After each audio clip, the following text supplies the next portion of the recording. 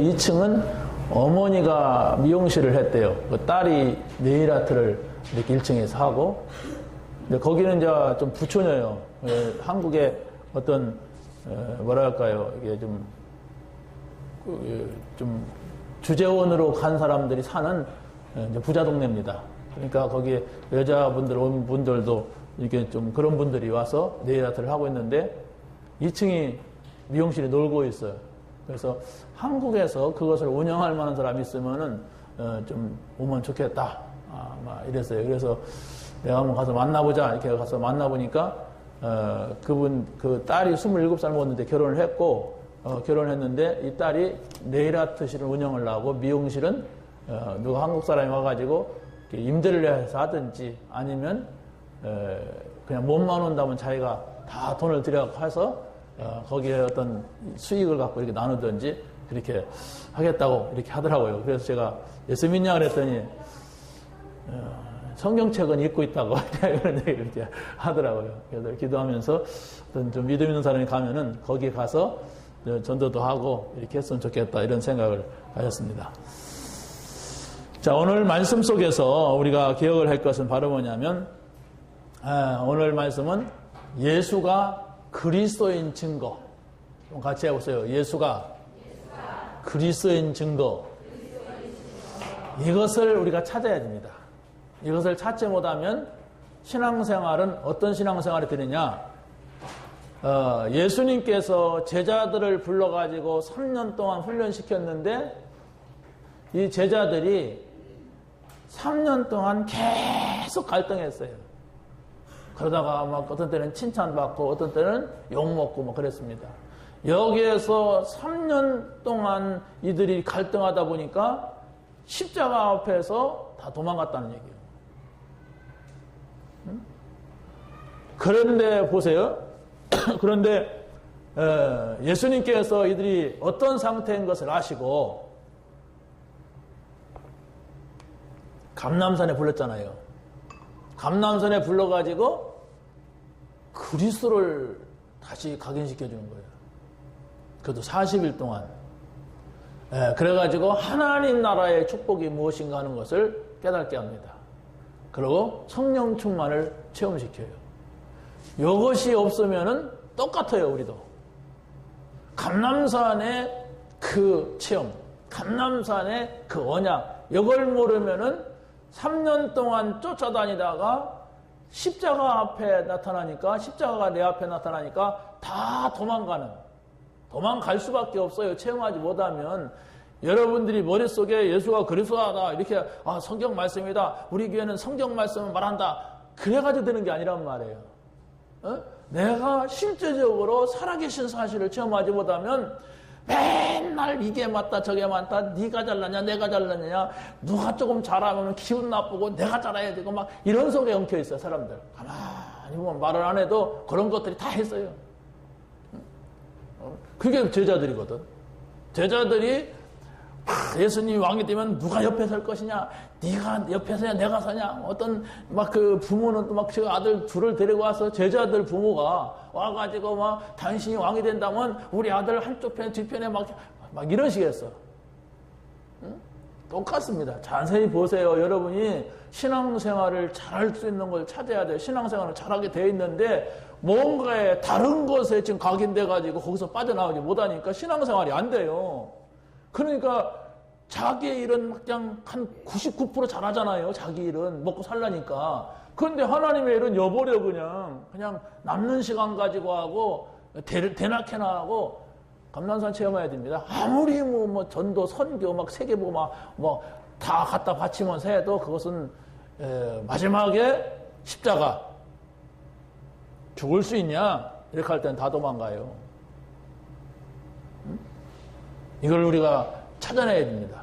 이걸 찾아내지 못하면 계속 우리 신앙생활은 헤매게 됩니다.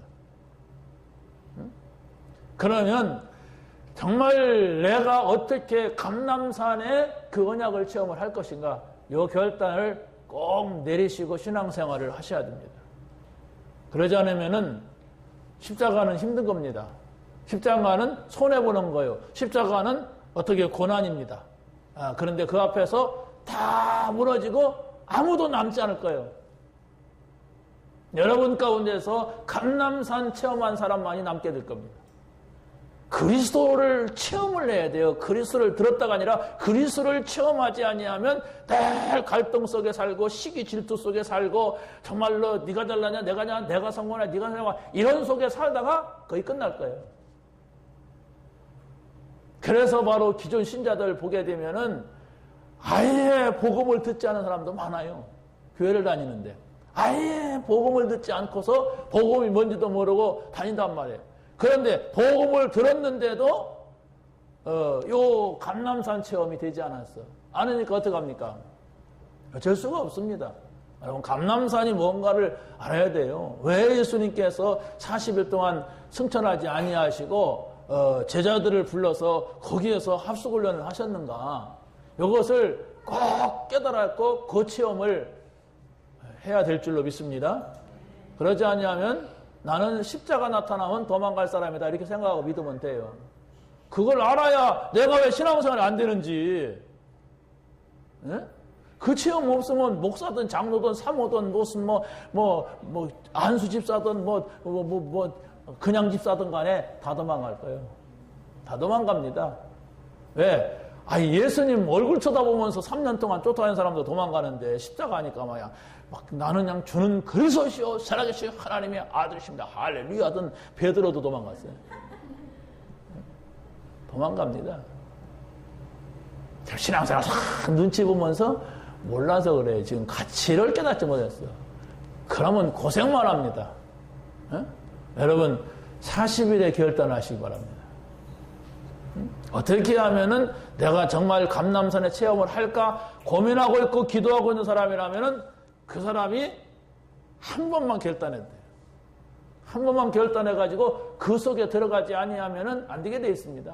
그러지 않으면은 여러분들이 자꾸 뭔가에 막 힘든 것에 빠져요. 힘든 것에 빠지게 되면은 신앙생활이 안 된다니까요. 근데 한 번만 체험을 하게 되면은 많은 눈들이 열리는데 그게 바로 뭐냐? 모든 것을 복음으로 보는 눈이 열려요. 복음으로 봐라 그러니까 아멘 해놓고도 못 보잖아요. 근데 기분 나쁜 걸로 보이는 걸 어떻게 합니까? 전도의 눈으로 봐라 그러면 전도할 마음도 없는 사람한테 무슨 전도의 눈으로 그 전도가 됩니까? 자기 급하면 밭에 가고 일하러 가고 잔치집에 가고 다 가는데 소리도 없이 가잖아요. 그럴 수밖에 없습니다. 감람산의 체험을 하지 않으면 아무리 여러분이 많이 알고 성경을 띄고 외우고 해도 그 체험을 해야 된다니까. 그 체험은 여러분이 결단을 하고 지속하면 돼요. 지속을 하는데 뭘 지속하느냐? 그리스도가 과연 예수 맞냐? 예수가 그리스도 맞냐? 하나님 나라가 좋은 것이 맞냐? 왜 나는 하나님 나라가 그게 별로 이렇게 좋지도 않느냐? 성령 충만이 뭐냐? 진짜 힘나는 것이냐? 요걸 찾아보세요. 찾는다고 하는 것은 바로 우리가 하나님께 묻는 것입니다. 찾는다고 하는 것은 여러분이 하나님의 말씀을 집중해서 듣는 것이고 성경을 베리아 사람들과 같이 성경이 그러한가 해서 자세히 보는 거예요. 성경도 자세히 안 봐요. 예배도 대충 드려요. 그런다면 어떻게 되겠어요? 결단은 없어. 결단, 돈 벌기 위한 결단 외에는 내게 없단 말이에요. 여러분 감람산의 언약, 감람산의 체험, 이걸 여러분이 깊이 생각을 해보세요. 그럼 반드시 그것이 확인되는 시간표가 올 것입니다. 그 체험을 해야 돼요. 왜 1장 1절, 1장 3절, 1장 8절 계속 적었는가를 여러분이 확인해야 됩니다. 그거 확인되지 않으면 신앙생활이 안 될 건데 계속 갈 건데 뭐가 힘든 것이 계속 가면 안 된단 말이에요. 신나는 것이 계속 가면 여러분의 몸에, 여러분의 마음에, 여러분의 삶에 고치지 못했던 것들을 고치게 돼요. 그게 복음이고 그게 성령의 역사라니까. 여러분이 혼자서 가만히 신앙생활을 점검해 보세요. 나는 아는데 이렇게 힘이 안 날까? 나는 알고 있는데 나는 왜 신앙생활이 안 될까? 응답이 과연 뭐냐? 이렇게 여러분이 조금만 생각을 하고 그걸 가지고 깊이 생각하는 시간을 갖고 또 기술적도 이렇게 보시고 또 깊이 그걸 쭉 하란 말이에요. 그러면 반드시 응답이 와요. 반드시 응답이 온다니까. 응답이 그런데 응답이 뭐냐? 이것이 또 정리가 안 된 사람은 응답이 와도 몰라. 응답이 온다는데 왜 내일은 이렇게 안 돼? 응답이 온다는데 왜 이런 문제가 있어? 또 요란단 말이에요. 이 사람이 지금 생각이 무슨 생각이냐? 응답이라고 하는 것을 모르고 있어 지금. 뭐가 응답인지. 뭐가 응답인지. 요셉이 애굽으로 팔려가는 게 응답이라니까. 맞습니까?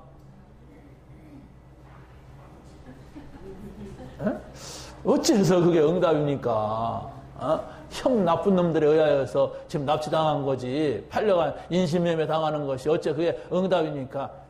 큰 눈이 없으면은 진짜 응답을 받을 수가 없다는 얘기예요. 큰 눈이 없어. 그 눈을 봐야 돼요. 어째서 요셉이 애굽으로 팔려가는 게 응답이냐?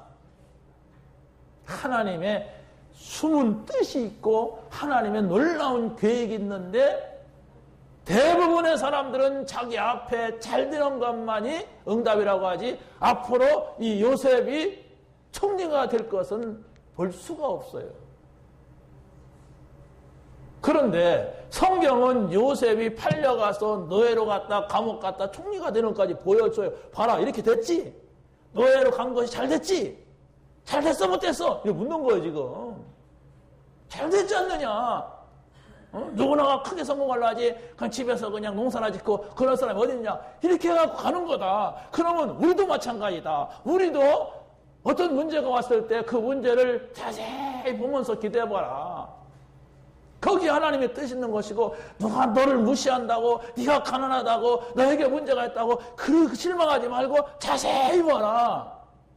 하나님의 뜻을 묻고 하나님의 계획을 찾는 그런 눈을 가지고 자세히 봐라. 복음의 눈을 가지고 봐라. 전도라고 하는 눈을 가지고 봐라. 믿음의 눈을 봐라. 그러면 하나님께서 반드시 불신자가 알 수 없는 것.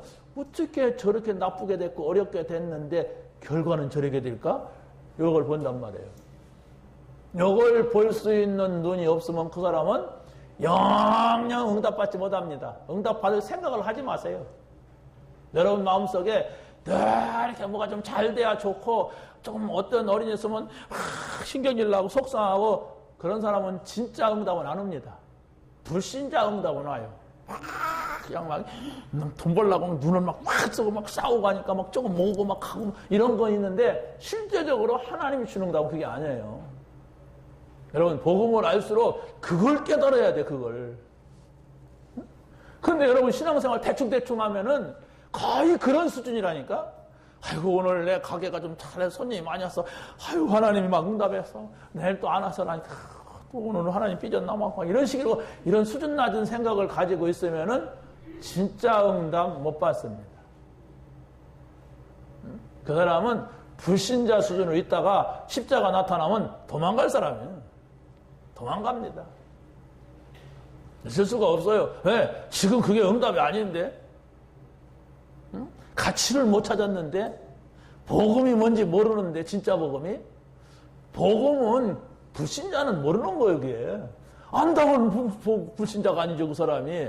복음은 믿는 자만이 아는 거예요. 그래서 우리에게 성경을 줬는데 성경은 그냥 성경이 아니라 많은 사람들이 믿음의 길로 갔고 많은 사람들이 하나님의 약속을 붙잡았고 그래서 그것은 아는 사람만이 아는 거다 이게요. 자, 여러분 한번 많이 생각을 해보세요. 귀 있는 자는 들려지게 될 겁니다. 그러나 귀 없는 자는 십자가 나타나면 도망갈 사람입니다.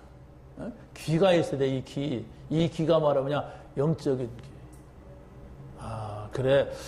진짜 응답은 문제 속에서 오더라. 큰 응답은 불신자가 볼 수 없는 사건 속에서 오더라. 그렇다면 내게 있는 이런 사건, 이런 문제는 어떻게 응답이란 말이냐, 이게. 어찌 이 속에 응답이 들어있단 말이냐. 이러면서 그것을 갖다가 성경을 가지고 고민하다가 하나님한테 물어보고 또 다시 보고 이렇게 고민해 보세요. 큰 응답은 금방 내가 그냥 막 오는 게 아니에요. 응? 하고 내가 지금 돈 1,000원이 없다. 누가 돈 1,000원 줄 사람이 없는가? 돈 좀 1,000원만 줘. 그럼 알았어. 이따 줄게. 안 줘도 돼. 그 응답 와요, 금방. 그게 무슨 응답이에요? 그럼 내가 돈 10억이 필요하다. 아유, 저 1,000원 주던데 10억 못 줄까? 10억 좀 빌려줘. 와요? 그건 큰 거로 안 와요. 제가 말씀드리는 것은 바로 뭐냐, 돈 얘기가 아니란 말이에요. 우리에게 자그마한 일들이 많이 있는데 그 응답 받고 좋아하지 말고, 큰 하나님의 응답과 축복은 큰 문제 속에서 온다는 사실. 노예로 팔려가는 일이 보통 일입니까? 형이 따귀한테 때렸다고 그게 그런 일이 아니잖아요. 형님이 따귀한테 때렸더니 총리 됐다 그러면 누구나 맞지. 그런데 노예로 끌려갈래? 나 안 가. 총리고 뭐고. 그러잖아요. 총리 되라는 얘기가 아니에요. 큰 비밀이 있다는 얘기예요. 하나님이 하시는 일 속에. 그런데 우리는 그거 눈을 뜨지 못하면은 아무것도 안 돼. 신앙생활 자체가 안 된다니까. 하나님께서 우리에게 복음을 주고 하나님께서 우리에게 사명을 줬어요. 근데 이 복음이 뭔지도 모르고 이 사명이 뭔지도 모르고 아무렇게나 하고 아무 가치 없고 자기 일에는 막 그냥 열을 올리고 막 철저히 하고 어떻게 복음하는 사람이야. 아니 정말로 우리가 이 육신으로 사는 것은 잠깐 사는 거 아닙니까? 솔직히 많이 살아봐야 90년 넘기가 쉽지 않아요. 그런데 여기에는 온 생을 다 걸고, 그럼 하나님 앞에서는 대충 하고, 시간 나오면 하고, 시간 만나면 안 하고, 막 이런다면 어떻게 그 사람이 복음을 합니까? 이 복음 안에는 엄청난 것이 들어있는데 지금. 그걸 발견하란 말이에요. 그래야만 우리 인생이 헛되지 않아요. 제가 캄보디아에서 오는데, 어떤 목사님이 이게 그래서 시집 왔는데 신랑은 한국에 먼저 왔대. 그래갖고 된다고 하더라고요. 그래서 그 여자아이를 데려가래. 그래서 여자아이가 어디로 가나 왔더니 인천으로 간대. 이제 주소 적었어. 근데 또 어린애기를 데리고 오는 여자가 있어. 어디로 오나 봤더니 공주로 온대. 그래서 이 여자는 8년 됐는데 애 둘 낳고 말도 잘하고 그 사람은 생긴 것도 한국 사람 같이 생겼어. 뽀얀하게. 시커멓지 않고. 그랬더니 이 사람은 공주 어디 동네로 온다고 그래요. 또 저것지 공주 있잖아요. 그 김창호 목사님. 그래서 이제 또 어제 또 핵심가 갖고 우리 김정진 목사 함께 간 그 목사님을 만나 얘기했더니 그 사람도 사실은 거기서 누구 하나 만났어. 그랬더니 저쪽에 칠갑산 농장이래. 거기에 또 한 20명이 있대. 캄보디아 사람이. 근데 청양인지 어딘지. 그래서 한번 같이 가자 이런 얘기를 했는데 거기서 또 동네에서 한 사람을 만났는데 저쪽 어디에 또 만났는데 거기에도 열 몇 명이 캄보디아 사람만이다. 이상하게 캄보디아 사람을 만나죠. 네? 그래가지고 또 거기에 또 가기로 했어요. 그래서 저는 어제 또 토요 핵심 마치고서 저 천안에 어디야 거기야 전의공단에 갔어요. 거기에 또 우리 저 박형규 목사가 이제 여러 군데 하고 있잖아요. 그래서 물어봤더니 전도사들이 한대. 전도사들한테 맡기면 잘 안 될까? 당신이 가봐야지. 그래서 같이 가보자. 그랬어요. 그래서 가봤더니 일하더라고요. 그래서 이제 그 현장에서 차 안에서 쫙 설명을 했죠. 캄보디아 아니 여기 현장을 이렇게 하는 거다 쫙 설명을 하는데 여기에 4명이 딱 나오는 거 보니까 캄보디아 사람이라. 그래서 점심 먹고 기숙사에서 회사로 들어가는 거야. 그래서 제일 싸게 나가서 막 만나서 악수하고 걔들은 만나면 그냥 다가와요. 막 손을 벌리고 온단 말이야. 그래 4명 다 캄보디아 사람이야. 3명 또 있대. 들어가 있대 지금. 일을 하더라고요. 그래서 저는 이게 뭔가 이런 생각을 해봤어요. 그래서 저는 제 머리를 가지고서 어떤 생각을 했냐면 이 노동자들을 가지고 되겠나. 지도자는 학교에 지는 생각을 했습니다. 그랬는데 그게 아니다. 또 생각을 바꿨어요. 어찌됐든 그리스도의 제자는 유식하든 무식하든 하나님이 준비해놓고 있고 하나님이 만들어놓고 있는 것이지 우리가 그냥 만드는 것이다. 유식한 놈이라고 되는 게 아니고 무식한 놈이라고 안 되는 그게 아니다. 그래서 다 만나는 것이다. 약 20만 명이 있대, 한국에, 캄보디아 사람. 엄청나게 와 있어요. 그렇다면은 이게 선교의 밭입니다. 그래서 저는 그래요. 어떻게 여기에 올인할까? 저 캄보디아 가서 막 고생을 하면서 살기도 하는데, 다만 여기서는 선교비를 안 받을 뿐이지, 그 선교비는 우리가 교회가 있으니까 필요 없잖아요. 그런데 전체를 보고서 우리가 선교하자. 네, 일단 한국에 왔다고 하는 자체가 우리에게 선교할 수 있는 조례의 기회예요. 그렇다면 여기에 우리가 모든 걸 건다면 하나님께서 전도의 문도 여실 것이다. 여기에 모든 것을 건다면 하나님께서 많은 응답을 주실 것이라고 저는 확신합니다. 왜? 성경은 전도와 선교의 역사예요.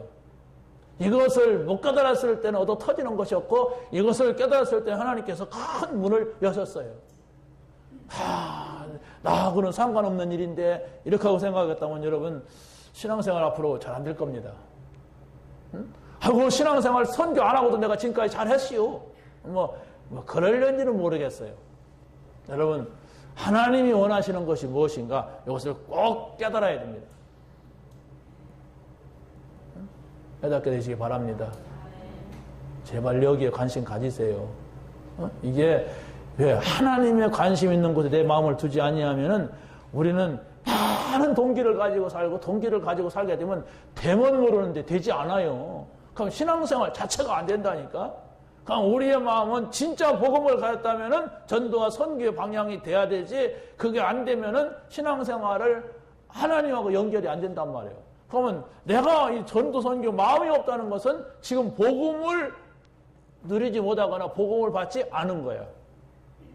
아니 내가 왜 복음 받았지 않았습니까? 지금까지 합숙훈련 갔다 오고 무슨 갔다 오고 내가 지금까지 무슨 훈련 다 받았는데 안 받았어요.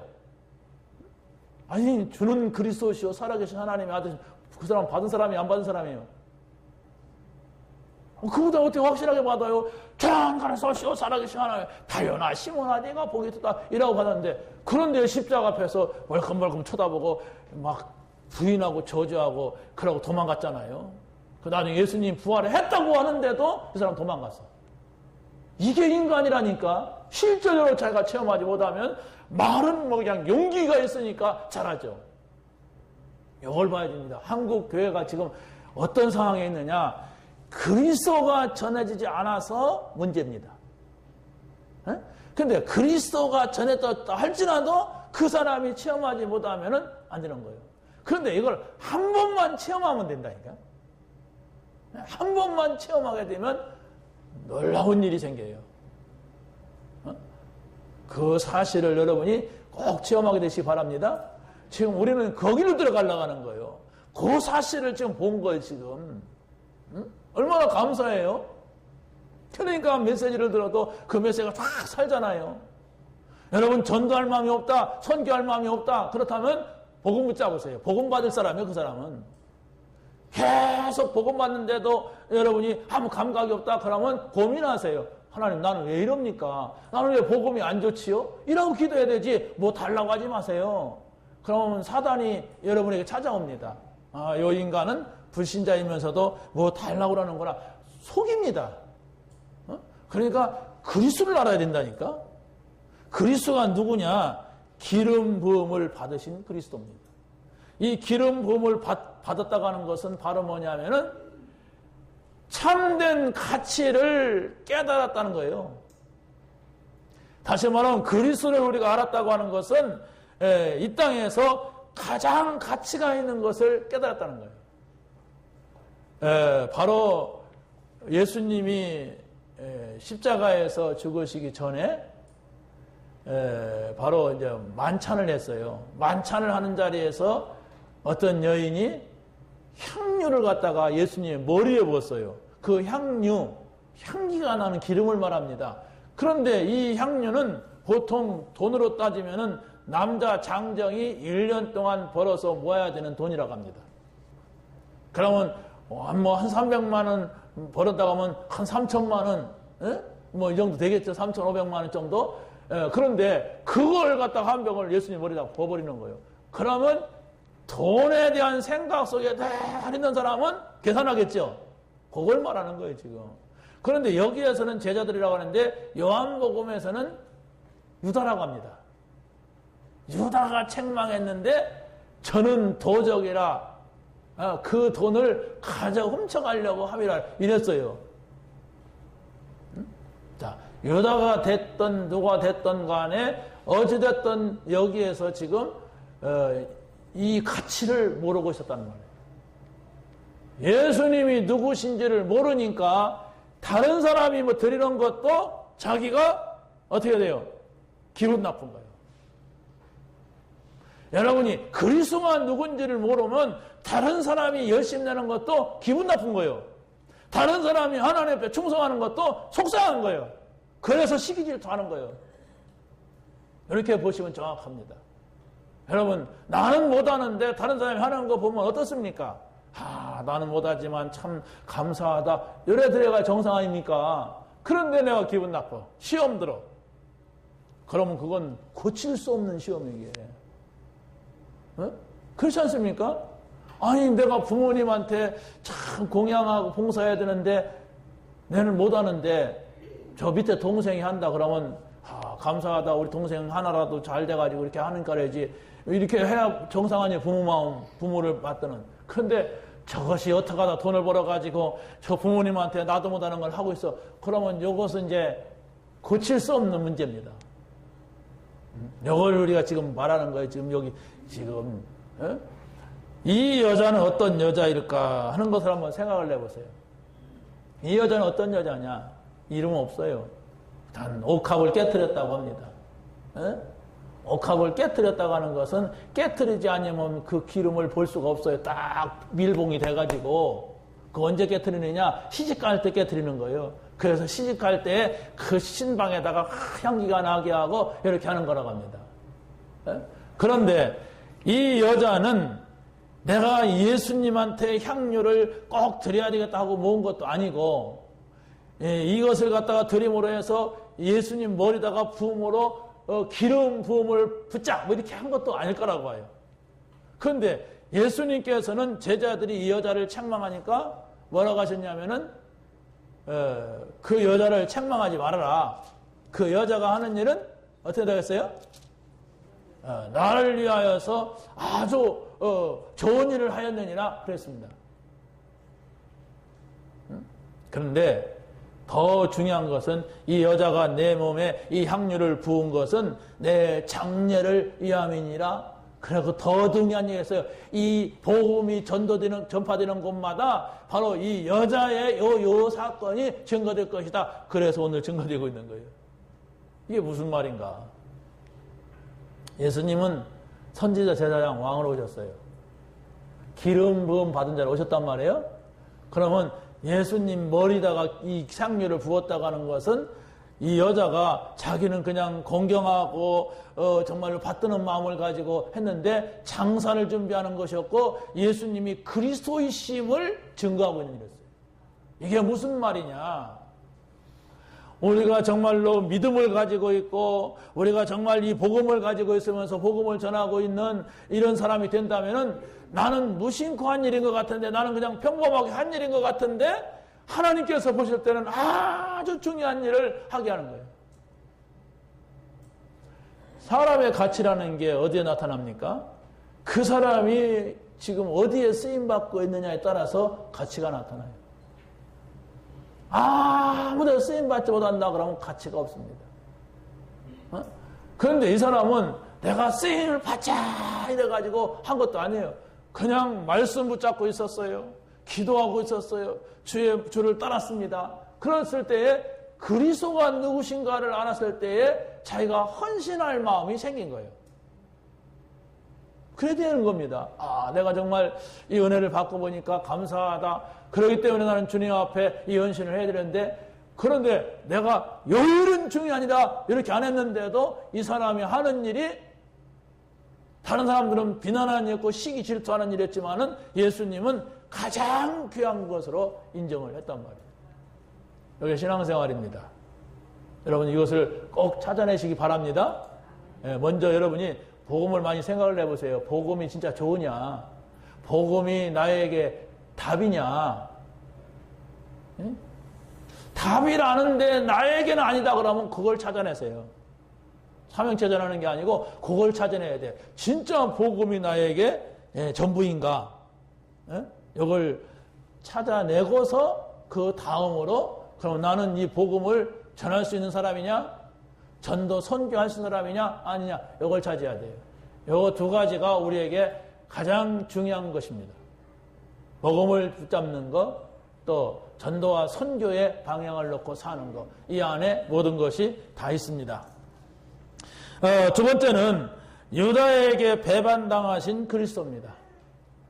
바로 이 말씀 속에서는 우리에게 무슨 의미를 주고자 하시는 것이냐 이렇게 할 때에 예수님께서는 바로 이 유다를 향하여서 여러 번 메시지를 줬어요. 이 중에 나를 팔 자가 있느니라 이랬습니다. 그리고 너희 중에 나를 팔리라, 너희 중에 나를 팔리라 그랬고, 나와 그릇에 손을 넣은 자니라 또 이렇게 말씀했어요. 여러분 한번 생각을 해보세요. 아니 예수님께서 그렇게도 말을 하는데도 유다는 깨닫지 못하는 거예요. 그 다른 제자들이 그게 접니까? 그게 납니까? 이러니까 유다도 또 물었어. 그 접니까? 이라고. 오늘 26장 25절에. 야, 이 사람은 못 말리는 사람이에요. 왜? 무심코 메시지를 듣고도 전혀 의식하지 않았어. 그런 날이 오는 거예요. 어떤 날? 예수님을 팔고 나서 가책을 받아요. 아니 30냥에 팔려고 마음을 먹었는데 팔고 났으면 그 돈을 갖다가 같이 집을 사든 땅을 사든 밭을 사든 그래야 되는데 팔고 나자마자 가책을 받으니까 이 사람이 그 돈을 갖다가 제사장들한테 갖다가 내던지는 거예요. 그러니까 이미 우리는 그를 핏값으로 주고 샀다. 그러니까 우리하고 상관없다. 그 돈을 성전에 드리지 말아라. 불결하다. 이랬어요. 누가? 제사장들이 누군가를 보세요. 예수님을 예수 그리스도가 오시는 것을 맞이해야 될 사람입니다. 이렇게 타락이 된 거예요 지금. 이렇게. 그걸 어떻게 했어요? 자살했어요. 여러분 자살하는 사람들 종종 있잖아요. 어떤 사람은 정치인이 자살하고 돈 많은 사람이 자살하고 어떤 사람은 뭐 교회 다니다가 자살하고 어떤 사람은 목사가 자살하고 장로가 자살하고 자살해요.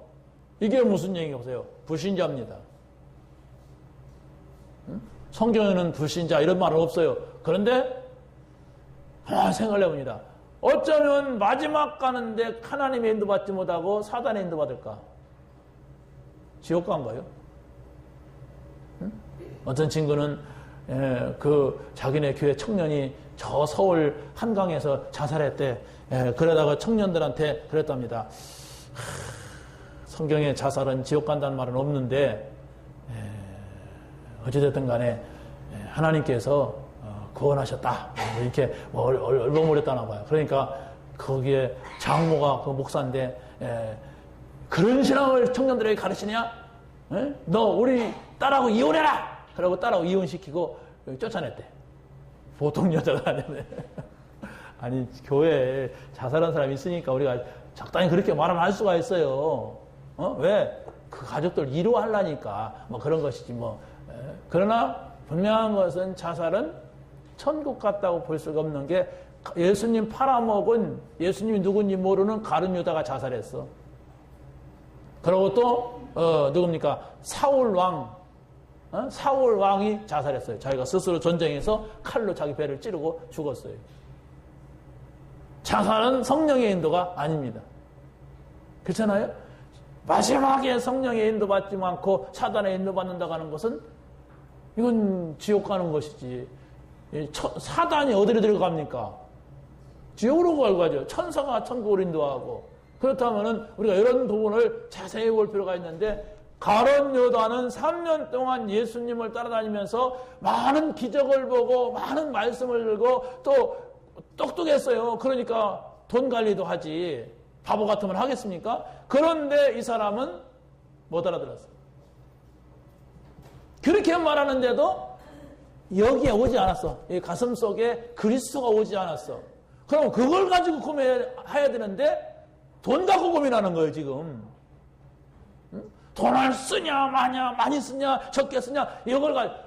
가룟 유다는 어디 한 곳에서도 이 복음에 대한 이 몸 깨달았다고 하는 증거가 없습니다. 여러분, 제가 지금 오늘 지금 말씀드리는 걸 이해 갑니까? 왜 이렇게 열을 내는가, 왜 이렇게 생각이 됩니까? 그러면 곤란하단 말이에요. 여러분이 고민거리를 가지세요. 응? 고민을 가지고 있으면 그 고민 내려놓고 새로운 고민을 하세요. 무슨 고민? 진짜 복음이 맞냐? 진짜 예수가 그리스도 맞냐? 그러면은 여러분의 모든 거 다 끝나요. 응? 가끔가다 영목사님 그러잖아요. 정말 이 복음 깨달으니까 막 이빨도 안 썩고 막 눈도 더 밝아지고 막. 근데 그게 이해가 돼요. 별로 하룻밤 좀 설쳐도 피곤한 줄 몰라요. 응? 제가 부지런해서 그냥 안 그래요. 응? 그걸 체험하겠더라고요. 그걸 실제적으로. 그러다가 잠을 자지 말았냐 그런 얘기가 아니에요. 그게 뭐냐, 우리 기분이, 우리 상태가 이렇게 좋으면은 질병이 치유된다는 얘기예요. 내가 막 치유되기 위해서 막 기도하지 않아도 하나님께서 우리에게 힘을 주시면 치유되는 겁니다. 그러면 어떤 문제와 사건이 있을 때 그냥 해버리잖아요. 에? 문제가 어때요? 알랑 여러분 유익한 대로 가버리고 알랑 내가 그냥 하고 싶은 대로 하잖아요. 그런데 조금만 이게 뭘까 생각을 해보세요. 그럼 인도받아요. 그럼 하나님이 지혜를 줘요. 그럼 내가 막 굉장히 머리가 좋은 것 같이 아니에요. 조금 멈추고 생각하고 이게 뭡니까? 하나님 성령이 역사해 주옵소서. 하나 자꾸 묵상하는데, 근데 중요한 것이면 좀 길게 묵상해 보세요. 지금 여러분이 이게 이건 나는 곤란하다, 이건 참 어렵다, 이게 뭘까 하는 것은 하나님 앞에 말씀 붙잡고 묵상해 보세요. 그럼 반드시 응답이 와요. 어디로 오냐? 일로 온다니까 응답이? 그리고 여기로 와요. 오늘은 뭐가 막 이렇게 막 생기고 오는 걸로 하지만은 일단 내 생각이 바뀌어야 돼. 하나님의 응답을 받으면 안 되는 생각을 가지고 있으면 안 되잖아요. 생각이 변해야 된다니까, 우리 생각이. 크리스찬이라고 하는 것이 뭔지도 아직 모르고 있는 사람이 막 돈을 많이 벌면은 분명히 그 사람은 멸망받습니다. 아니, 저기 어린 아이가 지금 막 한 10억짜리 수표를 가지고 돌아다니면 되겠습니까? 절대로 안 돼요. 누가 뺏어갔는지도 모르게 뺏어갑니다. 근데 제가 안 주려고 막 울면은 쟤를 죽일 수도 있어요. 우리 자신이 하나님이 보실 때에는 영적으로 너무 하나님을 몰라. 너무 어린아이 상태야. 그래서 우리가 세상 속에서 실패하는 거예요. 돈 버는 지가. 그래서 세상에서 돈을 많이 벌고 아니면 막 대통령이 돼가지고 국회의원이 돼갖고 예수 믿는 사람은 한 사람도 없어요. 그 사람이 구원받는 것은 거기서 무너져야 구원받아. 그럼 무너지나가는 겁니까? 그게 아니란 말이에요. 응?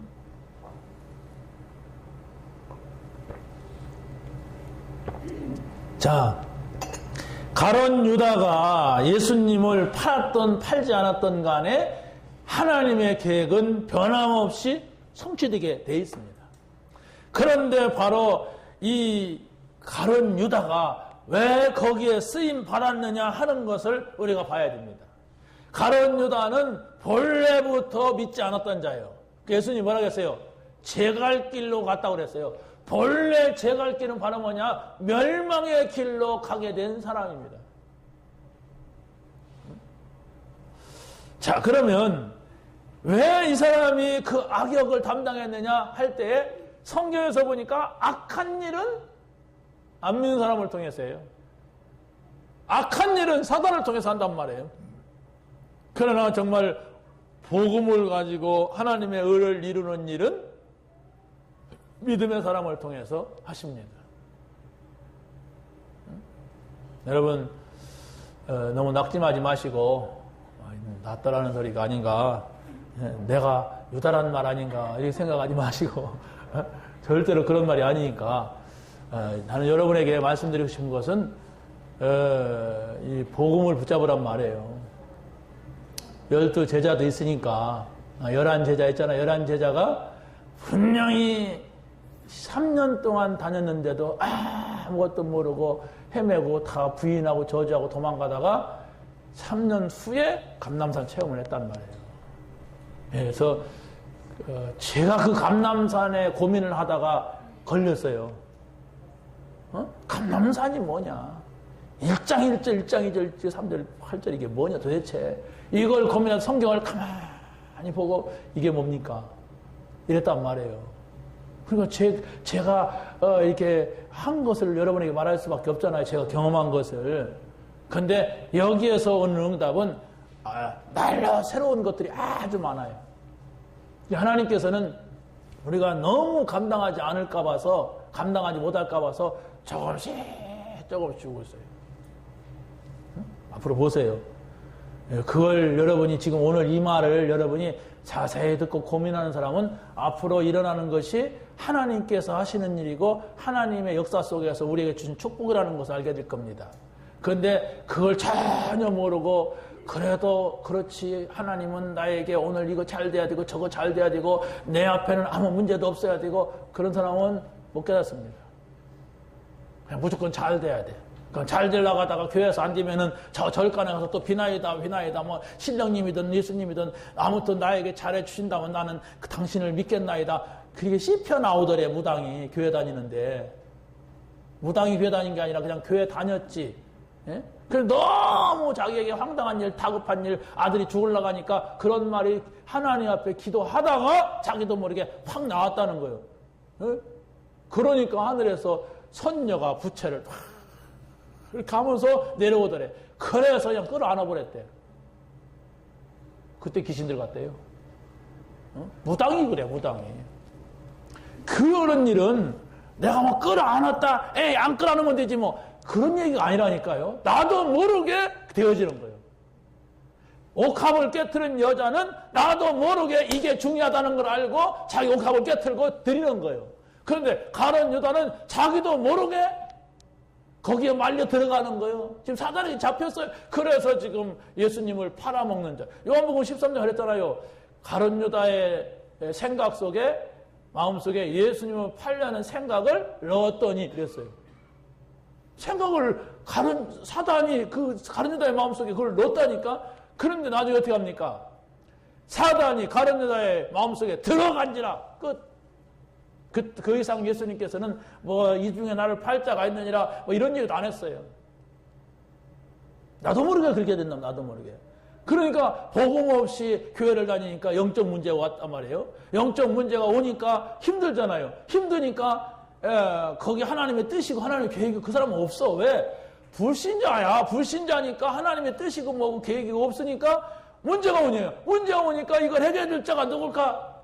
그러니까 자기도 모르게 뭐 복음 없으니까 미친 듯이 기도하는 거죠. 하나님이든 부처님이든 내 아들을 살려준다면 자기 아들이 집 죽게 생겼으니까. 사랑하는 사람의 애기인데, 근데 그 남자는 멀리 떠나갔는데 이렇게 되는 겁니다. 말려버리는 거예요. 그래가지고 저 한번 가보세요. 저 보문산 밑에 천지남이라고 하는 무당집이 있어요. 내가 그 집 갔다가 소금배랑 맞았어. 재수 나쁘게 막 소금 막 뿌리더라고 막. 잘생겼어요, 여자가. 지금은 늙었겠지만 한 10년 전이니까. 잘생겼다, 여자가. 딱 봐도 저 여자 잘생겼다 할 정도예요. 그런데 귀신 들렸어요. 묘하게 자기 인생이 그렇게 됐어. 처년대 남의 유부남을 만나가지고 애 가지고 애를 낳고 이런 과정을 들어가 버린단 말이야. 그런데 내 영적인 상태, 그게 영적인 상태가 나쁘면은, 안 좋으면 나도 모르게 그런 속으로 휘말려 버려요. 그게 좋은 걸 어떡합니까?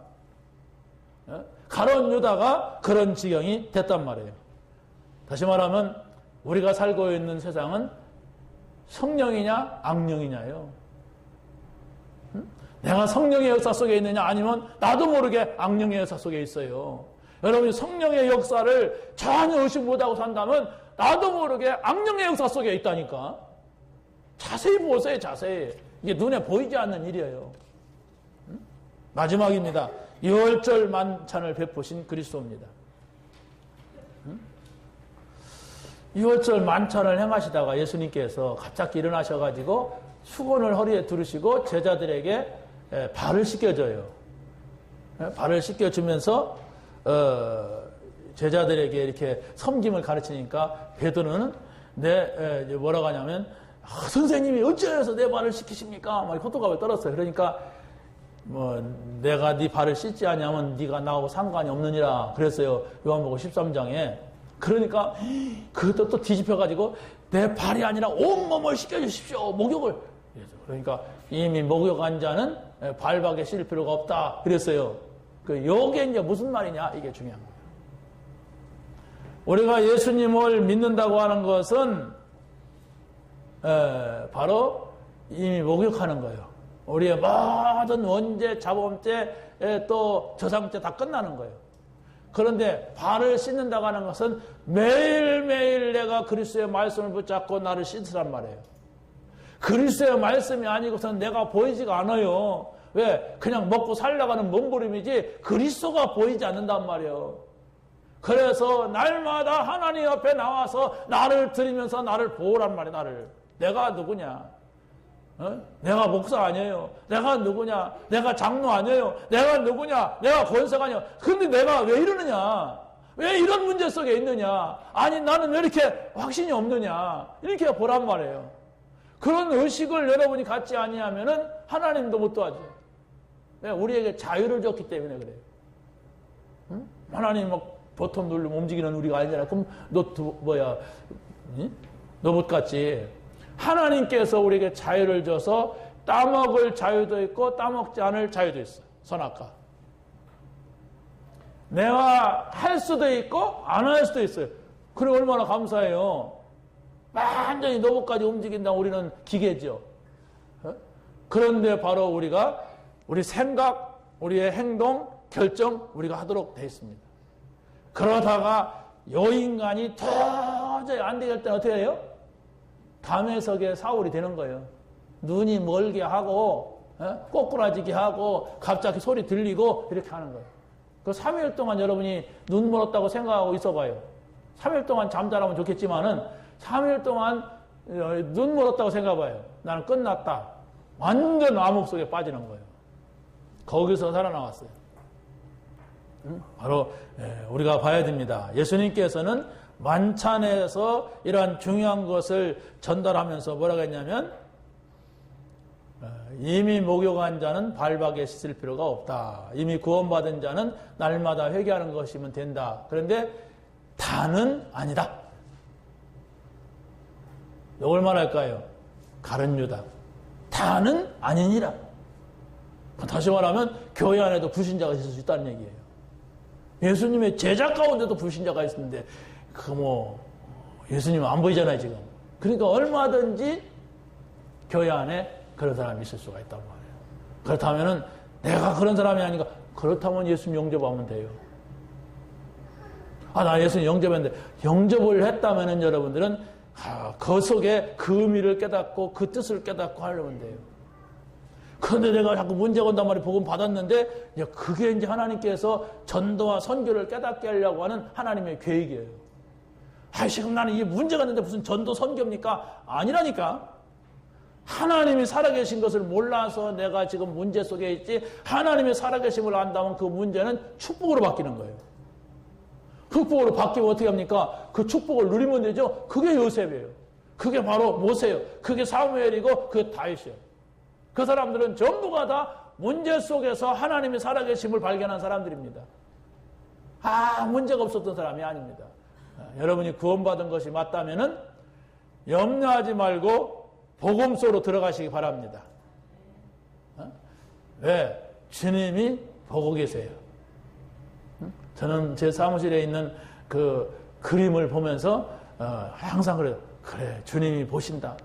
그래서 제가 그걸 내가 제목을 몰라가지고 이렇게 내가 이름을 붙였다 그랬더니 도 박사가 거기다가 써놨어요. 뭐 이것은 뭐 1800년도 프랑스의 어떤 작가가 했고 이 제목은 뭐고 했는데 제목이 비슷하더라고요. 아무튼 십자가에서 죽으신 예수님이 우리를 어떻게 바라보실까? 뭐 이런 제목이야. 우리 항상 내 자신을 놓고 볼 수 있는 게 아주 중요합니다. 뭐 그 그림이 아니라 실제가 돼야 되죠. 주님이 나를 어떻게 보실까? 정말로 선교하려고 전도하려고 몸부림치는 나를 어떻게 보실까? 이럴 때 우리가 바르게 생각을 갖게 되고 바르게 서게 되죠. 그래서 제가 청모하게 그런 얘기를 했어요. 어쨌든 하나님께서 우리에게 이런 일을 맡겼다. 그러면 완전히 한번 올인해보자. 죽든지 살든지. 뭐 죽겠냐? 그렇지 않습니까? 정말 우리가 어떻게 하나님 앞에 나를 드리느냐 이런 자세, 이런 생각을 갖는 것이 하나님의 은혜를 받을 수 있고 말씀을 들을 수 있는 그런 계기가 됩니다. 그래서 좀 이렇게 청문을 보니까 잘 따라주고 잘 도와줘요, 저를. 한 번도 뭐 거부하거나 그러지 않고. 그런데 또 캄보디아에 있는 선교사도 처음에는 좀 저는 다릅니다. 저는 다릅니다. 이러더니 지금은 거의 제 말에 얘기하면 공감이 돼. 내 말을 따른다니 공감이 돼. 정말로 우리가 이 말씀 속에 선교 현장이라는 거 이런 거 아니냐. 나는 이렇게 생각한다. 정말 하나님께 나에게 주신 은혜는 바로 선교 현장에서 이런 은혜를 주셨다. 이런 얘기하는데 서로 공감이 되고 그러더라고요. 그래서 아무튼 내 중심에 그래요.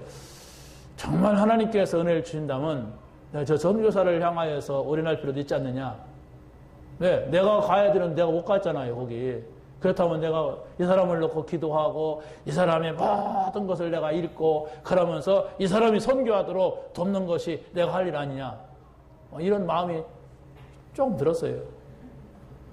그게 은혜지 뭐. 그렇지 않습니까? 내가 가서 뭔 주장을 한들 뭐 되겠습니까? 그러니까 조용히 대화가 되더라고요. 그들이 어려운 것도 이렇게 도와지고. 여러분, 오늘 뭐 설교를 들었다 생각하지 마시고, 오늘 한번 예배를 드렸는데 뭐 이렇더라 생각하지 마시고, 결론은 하나입니다. 내가 복음을 아느냐, 내 복음의 기쁨이 있느냐, 이걸 꼭 찾아내세요. 그래서 빨리 바꿔야 됩니다. 뭘 바꾸느냐? 현재 나의 신앙 상태를 바꿔야 돼요. 그러면 목사님만 뭐 신앙생활 잘하고 우리는 다 엉터리란 말이냐? 그런 게 아니에요. 저는 설교자로서 지금 감람산의 언약을 전달할 뿐입니다. 왜? 이 언약은 예수님께서 제자들을 3년 동안 훈련시키는데도 이들이 안 변했어요. 그런데 변했어요. 변하니까 전부 목을 내놨어요. 그 목을 한 개밖에 없는 내놓으면 어떡하느냐? 그만큼 가치가 있다는 거지. 여러분의 목 다 내놓으면 그 목이 다 어디 가겠습니까? 가치가 있었다는 거, 가치. 이 가치를 모르게 되면 우리 신앙생활을 할 수가 없어요. 여러분, 주여 주여 하는 자마다 천국 간다고 안 했어요. 가치를 깨달아요. 복음의 가치. 그러면 하나님께서는 그 모든 걸 여러분에게 더하시려 했어요. 그 은혜를 받아야지. 주지도 않는데 주세요 막 헛김만 빠지면 안 되잖아요. 복음입니다. 그리고 전도와 선교 방향이에요. 이걸 여러분이 놓고 한 주간 동안 기도 수첩을 보면서 기도하고 강단 메시지를 보면서 조금씩, 너무 많이 하면 큰일 나니까 조금씩만 조용히 기도하는 시간을 고정적으로 가지고 보세요. 해보세요. 그러면 반드시 하나님께서 역사하시고 응답하시는 것을 보게 될 줄로 믿습니다. 하나님 감사합니다. 오늘 주신 말씀 붙잡게 하시고 정말로 오늘 이 자리에 있는 사랑하는 이들이 감람산의 언약을 체험하게 하여 주옵소서. 정말 아버지 3년 동안 따라다닐 때에는 뭔지 모르고 다녔고 또 갈등하며 다녔고 시기 질투하며 다녔습니다. 그런데 감람산의 언약을 체험하고 난 이후에는 아버지 생명을 내거는 아버지 제자들이 되었습니다. 우리 속에도 확신 없이 아버지 갈등하고 시험 들고 어려움을 겪는 성도가 있지 않습니까? 복음을 붙잡게 하시고 복음의 참 의미를 깨달으면서 감람산의 응답을 받게 하여 주옵소서. 그래서 전도자로 아버지 선교하는 사람으로 쓰임받게 하여 주시옵소서. 우리 주 예수 그리스도의 이름으로 감사하며 기도 올리옵나이다.